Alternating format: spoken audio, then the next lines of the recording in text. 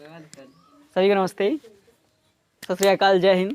लेकर हाजिर हैं क्लास 10 का ये जो पढ़ा दिए थे हम रासायनिक अभिक्रिया एवं समीकरण, उसमें से यहाँ तक पढ़ा दिए थे रासायनिक अभिक्रिया के प्रकार पढ़ाना था हमको, ठीक है ना। उसके आगे की बात करते हैं कि रासायनिक अभिक्रिया क्या के कितने प्रकार होते हैं और कैसे होते हैं, समझते हैं इनको हम। तो पहला वाला है संयोजन अभिक्रिया। क्या है संयोजन अभिक्रिया? संयोजन अभिक्रिया का मतलब क्या होता है, बहुत अपने शब्दों में समझते हैं हम, अपने शब्दों में एकदम बिल्कुल एकदम सिंपल वाली भाषा में, ठीक है ना। किताब की भाषा तो आपकी ठीक ही है, लेकिन सिंपल भाषा में कैसे उसको हम समझ सकते हैं, कैसे याद कर सकते हैं, ठीक है ना। तो क्या कहते हैं कि जब दो या दो से अधिक, इस अभिक्रिया में दो या दो से अधिक अभिकारक, अभिकारक किसको कहते हैं आपको पता ही है। अभिकारक ये वाले पार्ट को अभिकारक कहा जाता है, इधर वाले पार्ट को क्या कहा जाता है, अभिकारक। तो ये दो या दो से अधिक अभिकारक मिल करके क्या करते हैं, एक एकल उत्पाद बनाते हैं। मतलब दो चीज़ों के मिलने, दो से अधिक चीज़ों के मिलने से जब एक चीज़ बन जाता है तो क्या जाता है आपका संयोजन अभिक्रिया हो जाती है। जैसे बात करते हैं कोयले का दहन, कोयले का दहन जब करते हैं हम तो यहाँ पे क्या करते हैं हम सी को ओ के साथ अभिक्रिया करवाते हैं, यानी कि कार्बन को ऑक्सीजन के साथ अभिक्रिया करवाते हैं तो क्या मिल जाता है हमको, एक एकल कार्बन डाइऑक्साइड मिल जाता है, एक एकल मिल जाता है, ठीक है ना। एक ही चीज़ बनता है कार्बन डाइऑक्साइड। तो उसी तरीके से करते हैं जल का निर्माण। क्या करते हैं हम देखते हैं कि हाइड्रोजन और ऑक्सीजन मिल करके क्या बना लेते हैं, जल बना लेते हैं। क्या बना लेते हैं, जल। तो इस वाले पार्ट को हम अभिक्रिया कहते हैं, ठीक है ना। इस वाले पार्ट को अभिक्रिया कहते हैं और इधर वाले पार्ट को क्या कहेंगे, उत्पाद कहेंगे। इसको मैंने कल पढ़ाया था, पिछली वीडियो में पढ़ाया था मैंने ये, ठीक है ना। तो इस तरीके से हम पहला प्रकार इस तरीके से पढ़ लेते हैं। रासायनिक अभिक्रिया का पहला प्रकार संयोजन अभिक्रिया। इसमें जो भी कन्फ्यूजन हो आप कमेंट बॉक्स में पूछ सकते हैं, ठीक है ना। इतना नोट करिए, स्क्रीनशॉट करिए, फिर मैं अगला प्रकार बताता हूँ।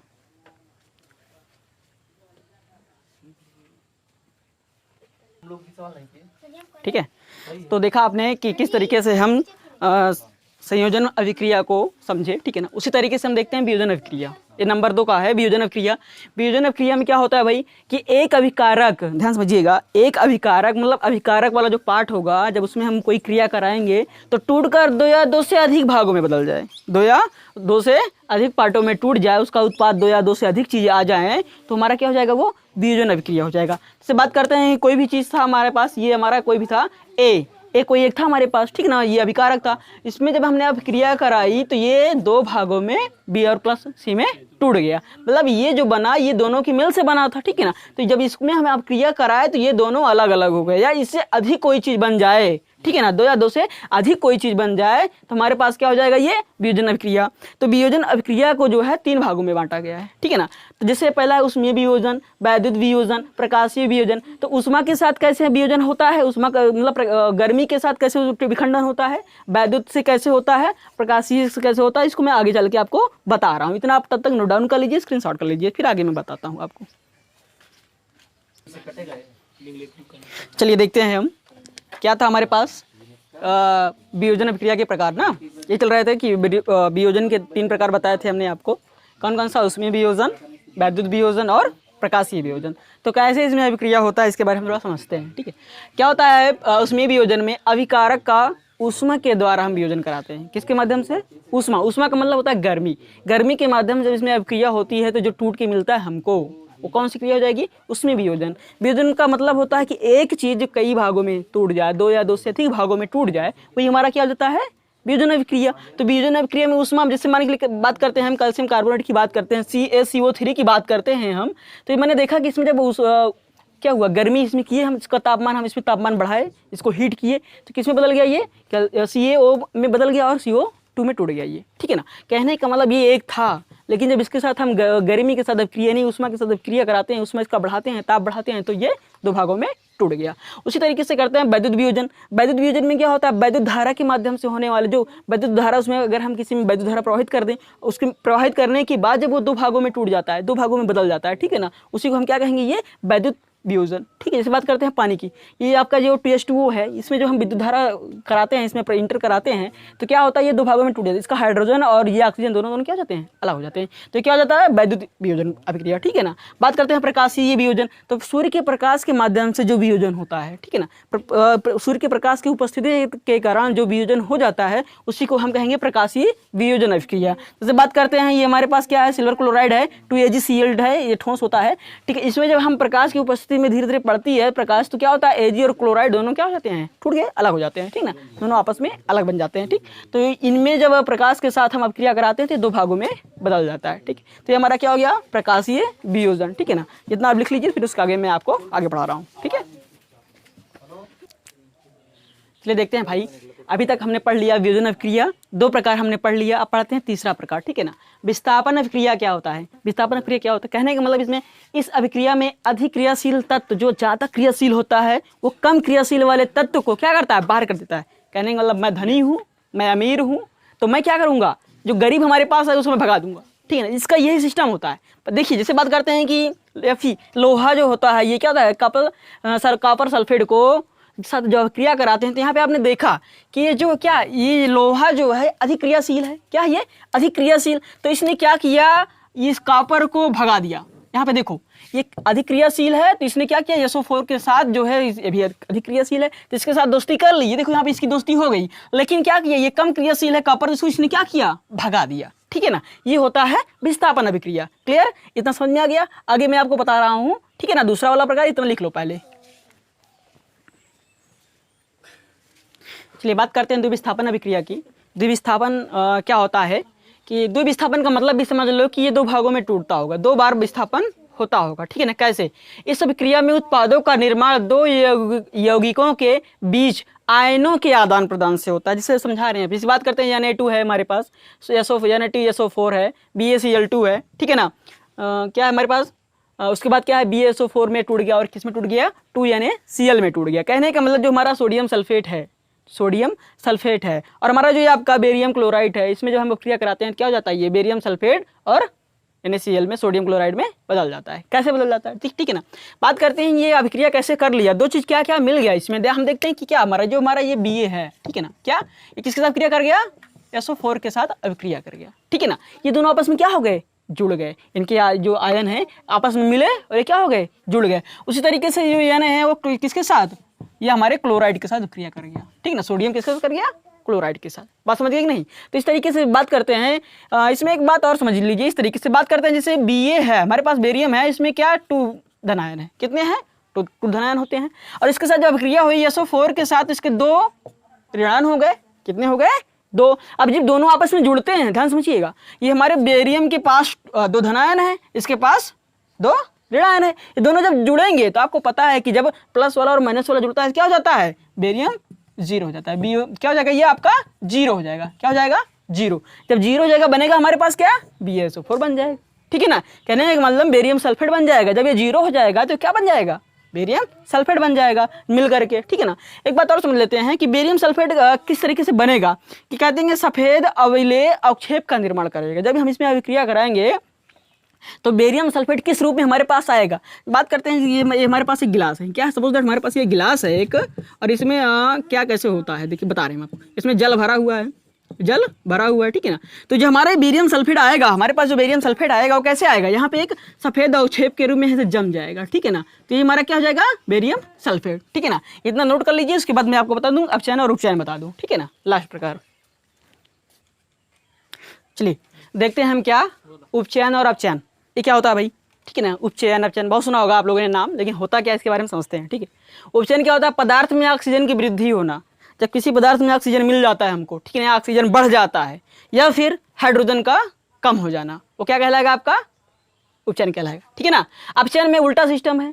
इसमें क्या होता है, पदार्थ में हाइड्रोजन की मात्रा अधिक हो जाती है, लेकिन ऑक्सीजन क्या हो जाता है, कम हो जाता है, घट जाता है, निकल जाता है, ठीक है ना। जब बात करते हैं इसमें हम, मैंने देखा क्या कार्बन और ऑक्साइड हैं, इन दोनों में अगर हम जब मिलाते हैं तो क्या होता है, हमने देखा कि ऑक्सीजन क्या मिल गया हमको, ऑक्सीजन मिल गया। तो इसमें कौन सी प्रक्रिया हो गई भाई, इसमें क्या हो गया, अपचयन हो उपचयन, इसमें हो गया आपका उपचयन। क्या हो गया, क्यों उपचयन हुआ भाई, क्योंकि इसमें ऑक्सीजन मिला हमको, ऑक्सीजन इसमें मिला हमको, ठीक है। देखो ना ये दोनों मिल गए, ऑक्सीजन मिल गया इसमें, ठीक है ना, ऑक्सीजन बढ़ गया। तो इसमें क्या हो गया भाई, ये हमारा कार्बन था, ऑक्सीजन था, मिला, क्या बन गया, कार्बन डाइऑक्साइड बन गया, बन गया नहीं बन गया। इस तरीके से हम क्या बात करते हैं कि इसमें क्या हो गया, ऑक्सीजन हमको मिला, ऑक्सीजन में वृद्धि हुई तो उपचयन हो गया, ठीक है। इसकी बात करते हैं जैसे मान लीजिए कॉपर ऑक्साइड, इसमें क्या है, कॉपर ऑक्साइड है, तो इसमें हाइड्रोजन के साथ जब हम प्रक्रिया इसमें हुई तो यहाँ पे मैंने देखा कि क्या, यहाँ पे हम देख रहे हैं कि ऑक्सीजन यहाँ से निकल रहा है, ऑक्सीजन यहाँ से कम हो जा रहा है। यहाँ भाई क्या था हमारा, यहाँ पे ऑक्सीजन कम हुआ, ठीक है ना। तो इसमें हम क्या कर देंगे, हम ये हमारा क्या हो जाएगा, अपचयन हो जाएगा। क्या हो जाएगा, ये अपचयन, ठीक है। लेकिन यहाँ पे हम देख रहे हैं कि इसमें क्या ऑक्सीजन बढ़ जा रहा है, हाइड्रोजन में ऑक्सीजन बढ़ जा रहा है, तो क्या हो जाएगा, ये उपचयन हो जाएगा। क्या हो जाएगा आपका, उपचयन, ठीक है ना। इतना समझ में आ गया होगा, आई थिंक इतना समझ में आ गया होगा, ठीक है। आप देख लीजिए, उसके बाद फिर मैं आगे बताता हूँ, ठीक है, कर लीजिए। चलिए देखते हैं कि दैनिक जीवन में उपचयन अभिक्रियाओं के प्रभाव क्या होते हैं। ठीक है ना, कि हमारे जीवन में ऐसा कैसे एहसास होगा, हमको कैसे पता लगेगा कि हमारे यहाँ पे उपचयित क्या हो, चाहे उपचयन और उपचयन क्या हो रहा है। ठीक है ना, उस माध्यम से हम समझते हैं इसमें। ठीक है ना, जैसे बात करते हैं, एक होता है संक्षारण। संक्षारण में क्या होता है, जब कोई धातु जैसे आर्द्रता, वायु, पानी, ठीक है ना, अम्ल के साथ मिलता है, यानी उनसे उनका संपर्क होता है, तो क्या हो जाता है, धातु संक्षारित हो जाते हैं। संक्षारित का मतलब उनमें कुछ ना कुछ परिवर्तन हो जाता है। ठीक है ना, तो उसमें जैसे बताए थे हम शुरू में आपको, ठीक है ना, कि ये रासायनिक परिवर्तन क्या होते हैं, उसी तरीके से बात करते हैं। जब कोई धातु आर्द्रता, वायु, जल और अम्ल के साथ संपर्क में आते हैं तो वो क्या हो जाते हैं, संक्षारित हो जाते हैं। जैसे बात करते हैं हम लोहे की, बात करते हैं, क्या बात करते हैं, लोहे की। लोहा जो है अगर ये किसी के साथ आता है, इन नमी के साथ इसका संपर्क आएगा तो क्या हो जाएगा, लोहे में जंग लग जाएगा। क्या लग जाएगा, लोहे में जंग लग जाएगा। ठीक है भैया। और इससे बात करते हैं दूसरे की बात करें हम तो चांदी पर देखो, कभी चांदी आपने देखा होगा, घर में आपके चांदी होगी, मम्मी के पास होगी। ठीक है ना, तो चांदी में हम क्या देखते हैं कि चांदी शुरू में तो चमकीला रहता है, लेकिन धीरे धीरे क्या हो जाता है, उसमें काली परत जमने लगती है। ठीक है ना, तो भी क्या है, संक्षारित हो जाता है वो। ठीक है ना, बात करते हैं हम चांदी की, तो चांदी पर काली परत जमना। ठीक है ना, चांदी पर काली परत जमना। ठीक है ना, उस तरीके से बात करते हैं हम तांबे की।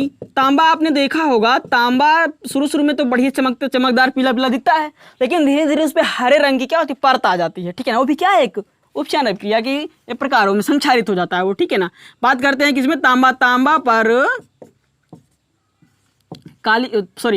हरी परत का जमना, हरी परत का जमना। ठीक है, ये कौन सी क्रिया किया जाता है, ये आपका दैनिक जीवन में हमारे जो सामने हमारे प्रत्यक्ष हैं, जिसको हम देख करके हम समझ सकते हैं, ये उसके सिंपल से उदाहरण है। ठीक है ना, दूसरी बात करते हैं कि विक्रगंधिका क्या होती है, विक्रगंधिता, इसको आपने बहुत अच्छे से देखा होगा, आपके घर में होता है, सबके घर में होता है। ठीक है ना, हम देखते हैं कि जब हमारा कोई खाद्य पदार्थ है, जो भी खाने वाली चीज़ होती है, तैलीय खाद्य सामग्री वायु के संपर्क में आने पर उपचयित हो जाती है, इसलिए उसके स्वाद और गंध में परिवर्तन हो जाता है। कोई भी चीज़ होती है, अगर हमारे घर में है, कोई भी चीज़ मान के चलिए हम समोसा बना के रख दिए और भाई तेल से बना हुआ है। ठीक है ना, तो समोसा क्या होता है, धीरे धीरे जब वायु संपर्क में आता है तो क्या होता है, उसमें स्मेल आने लगती है। ठीक है ना, स्मेल आने लगती है तो क्या होता है, उसका स्वाद खराब हो जाता है। खराब हो जाता है कि नहीं आ जाता है, कहने का मतलब उसका स्वाद भी खराब हो जाएगा और उसमें स्मेल भी आने लगेगी। ठीक है ना, एक प्रकार का गंध आने लगता है, तो क्या हो जाएगा, विक्रगंधिता हो जाती है। ठीक है ना, से बात करते हैं कि सर जी ऐसा आप लोगों के मन में क्वेश्चन आएगा कि सर जो चिप्स वगैरह आती है मार्केट में, ठीक है ना, चिप्स भी क्या होती हैं, तैलीय युक्त होती हैं, तेल से बनी होती हैं, लेकिन सर वो इतने साल से आती हैं, 4-5 महीने रहती हैं पैकेट में, लेकिन उसमें क्या होता है, गंध नहीं आती। क्यों नहीं आती है, इसका रीज़न ये है भैया कि उसमें नाइट्रोजन गैस भरी होती है पैकेट में। ठीक है ना, जो क्या करता है, वो विक्रगंधिता को होने से रोकता है। ठीक है ना, वो विक्रगंधिता यानी कि किसी भी पदार्थ को वो वायु के संपर्क में आने से क्या करता है, वो रोकता है नाइट्रोजन। इसी वजह से उसमें पैकेट की चीज़ें जो होती हैं उसमें ये विक्रगंधिता नहीं होता है। कहने का मतलब उसमें गंध नहीं आती है और ना ही उनके स्वाद में परिवर्तन होता है। ठीक है ना, इतना आप लिख लीजिए, थोड़ा सा और टॉपिक बच रहा है उसको भी मैं पढ़ा दूं। ठीक है, तो अभी इसके पहले हमने पढ़ा था इसके दैनिक जीवन में हमारे जो होते हैं अभिक्रियाओं के प्रभाव पढ़ लिया हमने, उपचयन। ठीक है ना, अब देखो अभी तक उसके पहले मैंने पढ़ा था रासायनिक अभिक्रिया के प्रकार, लेकिन ये टॉपिक थोड़ा सा छूट रहा था, रासायनिक अभिक्रिया के प्रकार का ही था, तो उसको मैंने तो आमतौर पे समझ लिया कि रासायनिक अभिक्रिया के 5 प्रकार होते हैं। ठीक है ना, लेकिन रासायनिक अभिक्रिया के प्रकार तापमान के आधार पे भी होते हैं, जो बहुत ही इंपॉर्टेंट होते हैं। ठीक है ना, उसमें 2 प्रकार के तापमान के आधार पर जो होते हैं रासायनिक अभिक्रिया, 2 प्रकार के होते हैं। कौन कौन से, ऊष्मक्षेपी और ऊष्मशोषी अभिक्रिया। ठीक है ना, तो ऊष्मक्षेपी क्या होता है, ऊष्मक्षेपी कहता है कि जब हमको किसी के साथ अभिक्रिया कराओगे, ठीक है ना, तो उत्पाद में हमारे साथ क्या निकलेगा, और कोई ना कोई ऊष्मा, मतलब ऊष्मा, उसमें से ऊष्मा ऊर्जा कुछ ना कुछ निकलेगी। ठीक है ना, उसी को हम क्या, उसमें कुछ ना कुछ गर्मी निकलेगी, वही हम क्या हो जाएंगे, हम ऊष्मक्षेपी हो जाएंगे हम। ठीक है ना, ऊष्मक्षेपी कहता है कि अगर हमको किसी के साथ क्रिया कराते हो या कुछ भी करते हो हमारे साथ, जब हम निकलेंगे, जब उत्पाद हम करेंगे तो हमारे में कुछ क्या निकलेगी, गर्मी निकलेगी। उसी तरीके को हम समझते हैं इन शब्दों में। तो जिन अभिक्रियाओं में उत्पाद के निर्माण के साथ साथ ऊष्मा का उत्सर्जन का मतलब निकलना, ऊष्मा का उत्सर्जन होगा, वही क्या हो जाएगा, आपका ऊष्मक्षेपी क्रिया हो जाएगा, ऊष्मक्षेपी अभिक्रिया हो जाएगा। जैसे बात करते हैं प्राकृतिक गैस का दहन, मीथेन को जब हम ऑक्सीजन के साथ अभिक्रिया कराते हैं तो क्या होता है, इसमें कार्बन ऑक्साइड निकलता है, जल बनता है, ठीक है ना। उसके साथ साथ क्या निकलता है, ऊष्मा निकला। ऊष्मा निकला कि नहीं निकला यहाँ पे। जब ऊष्मा निकल गया तो हम समझ लिए कि कौन सी अभिक्रिया हो गई, ये ऊष्माक्षेपी अभिक्रिया हो गई, ठीक है ना।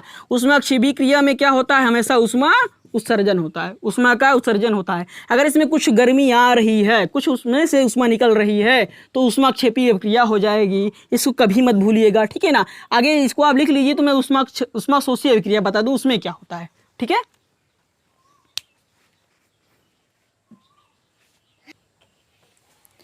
ठीक है, तो हमने समझ लिया कि ऊष्माक्षेपी अभिक्रिया में क्या होता है कि कुछ ना कुछ ऊष्मा निकलती है, ठीक है ना। कुछ ना कुछ ऊष्मा उसमें से निकलेगी ही निकलेगी।